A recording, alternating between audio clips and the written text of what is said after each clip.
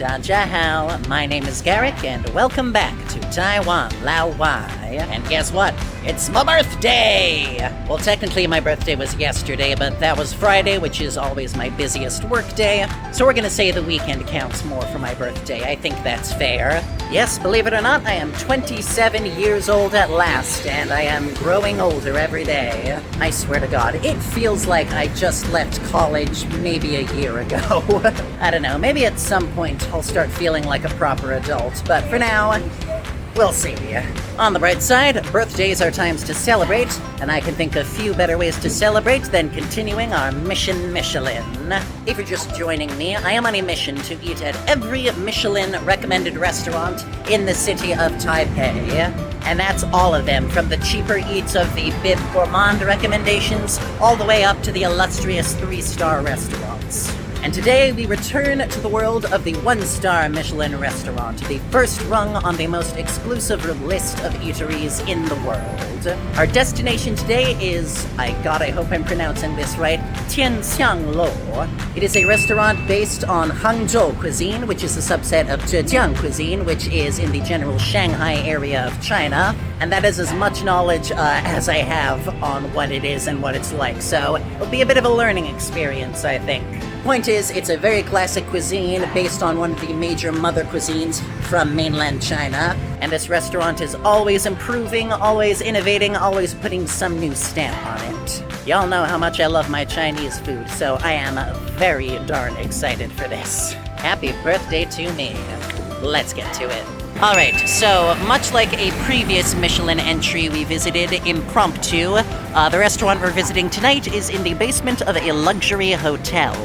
This is the Landis Taipei. It's a 5-star hotel situated in the north of the city. Tien Hsiang is located on the first basement floor of this big square behemoth. Our reservation is for 6 o'clock. It's 5:30 right now, so we've got a good half an hour to get a lay of the land before it's time to dine. And hopefully not a second longer because, man, I'm starving. I ate light today to prepare myself for the feast to come. Always a risky maneuver, I know. But we're committed now, so let's enjoy the hotel scenery a little bit, and I'll see you at the restaurant.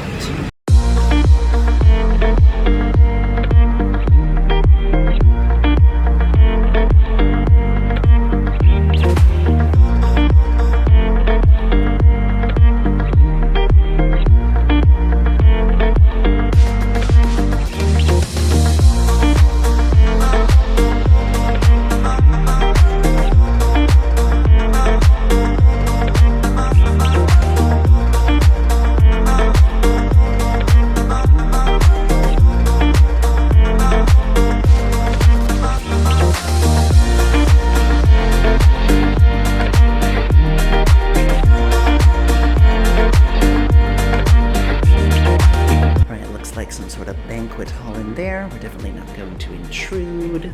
I'll admit I am a little anxious in here. There's a definite sense of rich people keeping an eye on you, if that makes sense. Like, okay, with the Regent Hotel, which is where Impromptu was, it felt I was a little more free, just sort of walking around, exploring the sights, taking things in as a visitor. Whereas here I feel like the staff are keeping a little closer eye on me, trying to either guide me toward my destination or make sure I don't get up to any funny business. Regardless, we did just pass the restaurant. It was right there at the bottom of the stairs. So if you ever come here yourself, you go in the front door of the Landis, hook a right, take the spiral staircase down, and Tien Hsiang is waiting for you right there. Still quite a bit of time before our reservation. I'll probably find some place to sit down and take a load off for a little bit, and I will see you all again when it's time to feast.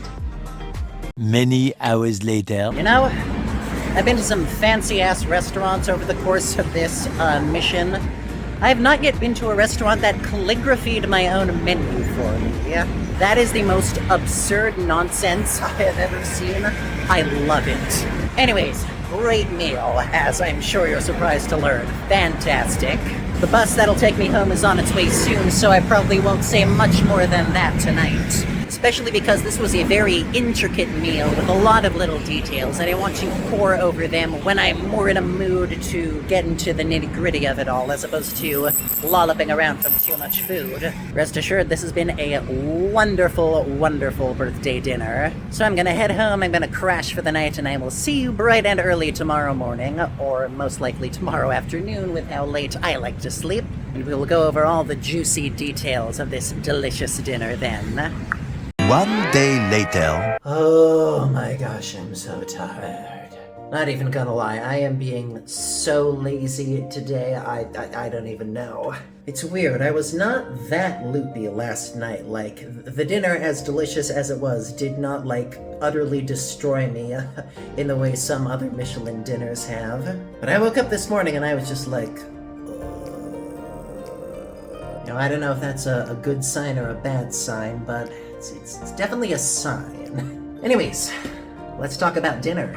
The first thing I want to make clear about Tien, Hsiang is that the decor was fantastic. It's this spacious room, but it's so relaxed and freeing. The architecture is gorgeous, the tableware is gorgeous, everything is just so gorgeous. I felt royal sitting at one of those tables. I felt like I was somebody important or something.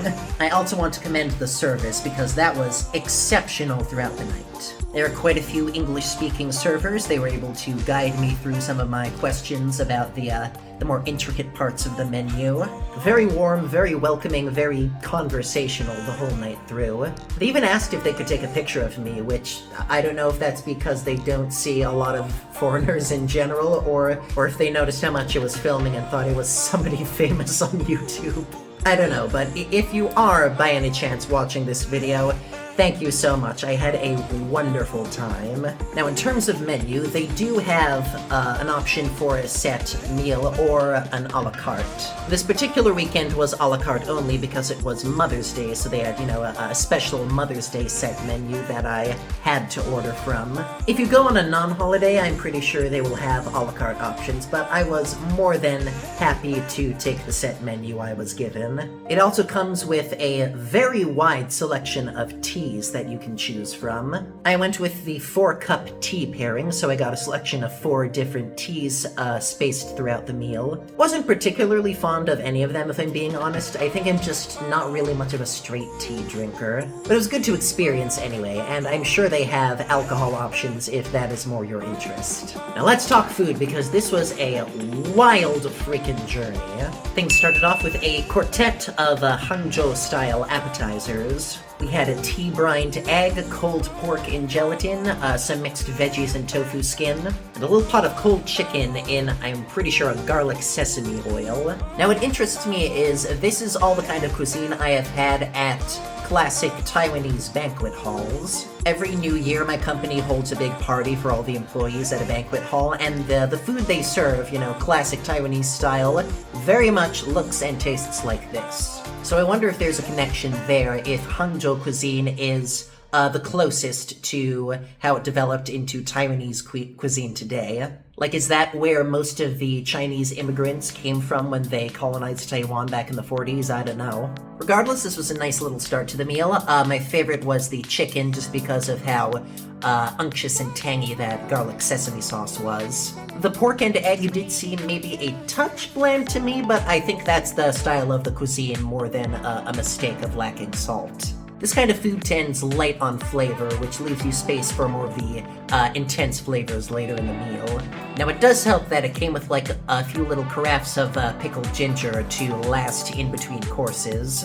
So whenever you need to refresh your palate, you can just take a bite of one of those and it'll perk you right back up. Also came with what I want to say was like a gochujang style spicy bean paste or something like that. Not quite sure what the exact condiment was, but it had that general vibe to it.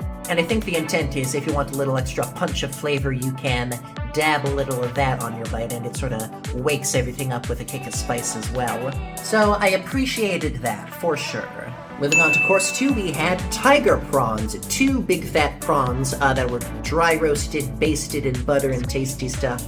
Heads deep fried on the side so you could crunch them down.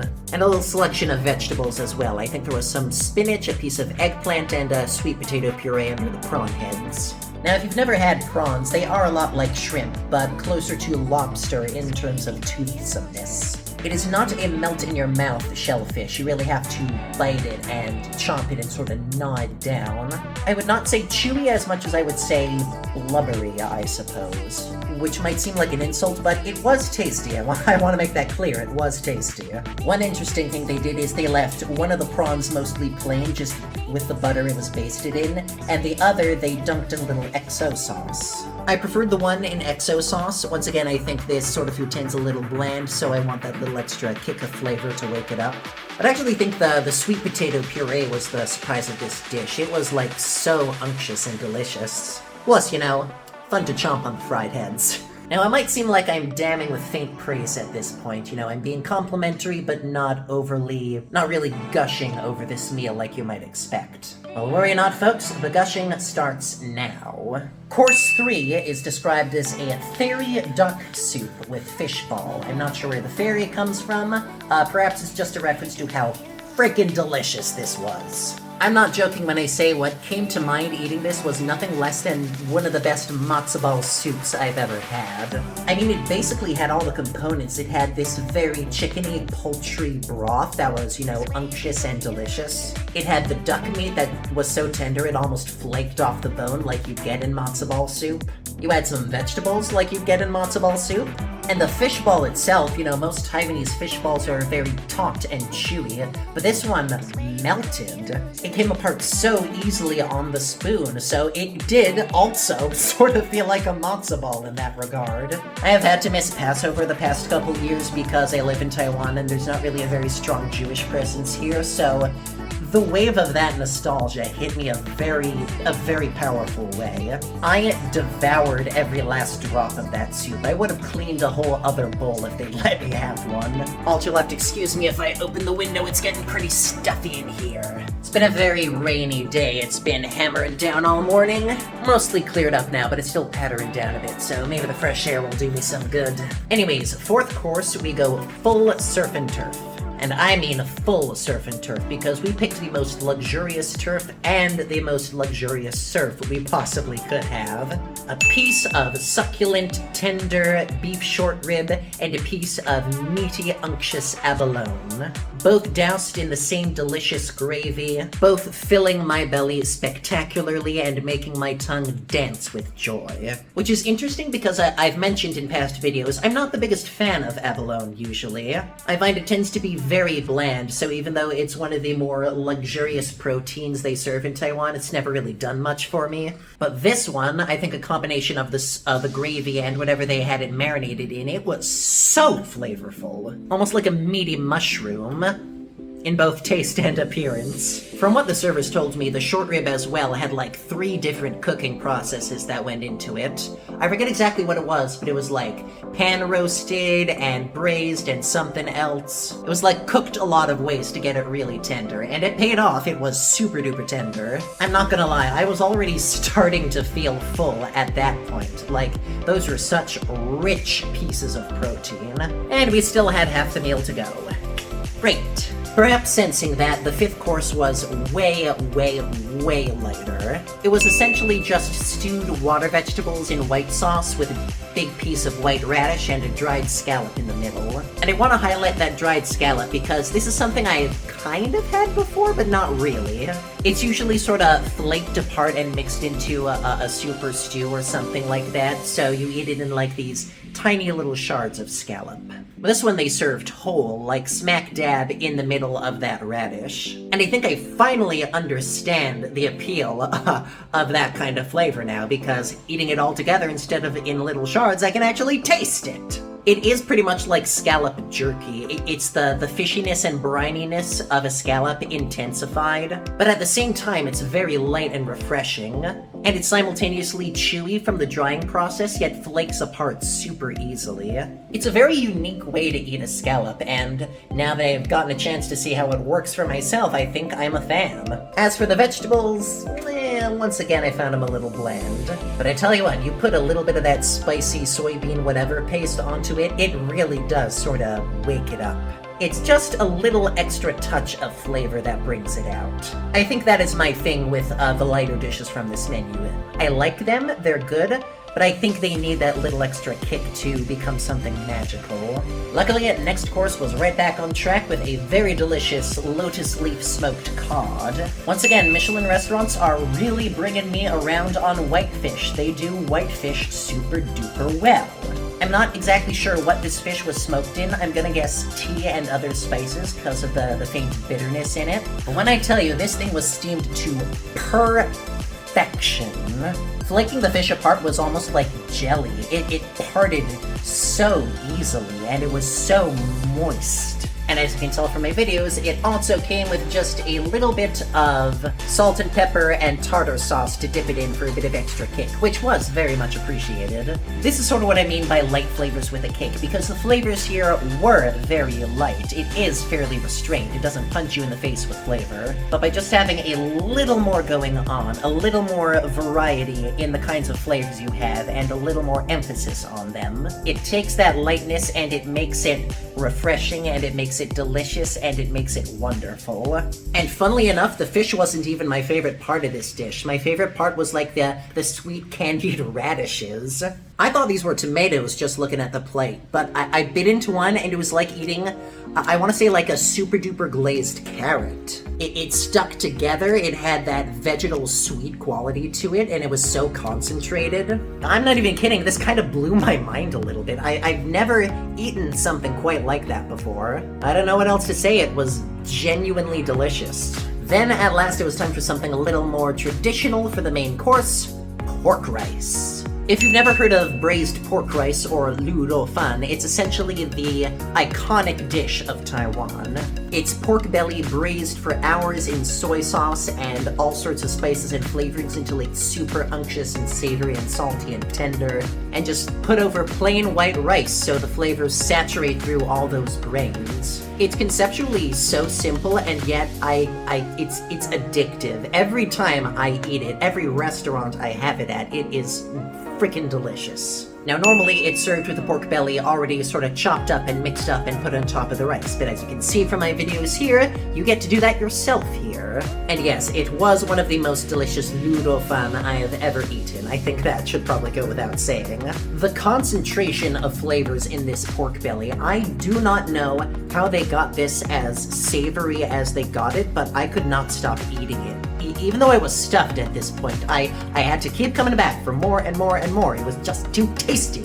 In a way, I think it's the pure embodiment of what Tien Hsiang's creed is. Simple food, traditional food, unpretentious food, executed at the highest possible level.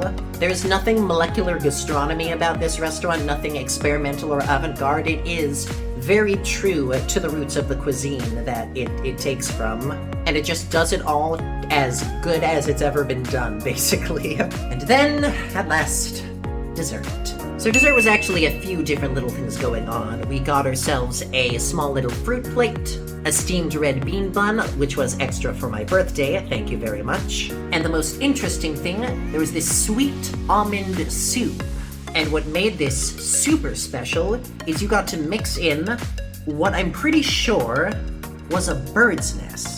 Like, that's definitely what it said on the menu. It said almond soup, sweet almond soup, and bird's nest. So I do know there are some cultures and cuisines that have edible bird's nest in that tradition, but I've never seen it before, and I've never eaten it before until now. And I'm going to assume it's, humanely sourced, humanely gathered, whatever the case. I doubt a Michelin level restaurant is going out and robbing bird's nests right out from under them, is my point. So clearly this is not a wooden sticks bird nest or anything like that.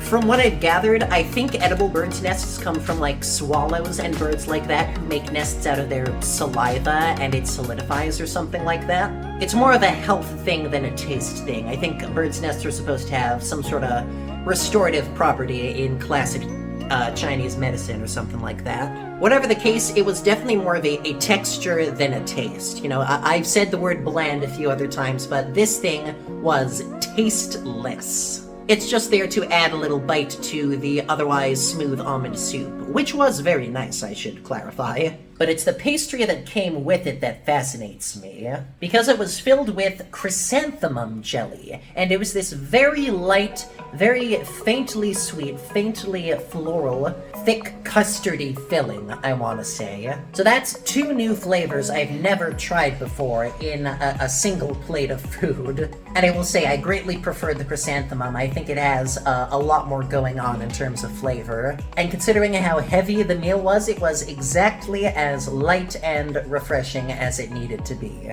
And that was basically it. I finished my dinner, I took a few last pictures, and I hobbled out into the night. But not, of course, before I got my calligraphied menu. I'm not even joking. They have a calligrapher in-house, in the restaurant itself, that calligraphied the menu I had on this piece of paper and gave it to me as a souvenir to take home. That is just conceptually so lovely. It just put me in a really good mood knowing that I was getting something like this. And I think that's my best compliment that I can pay Tien Hsiang.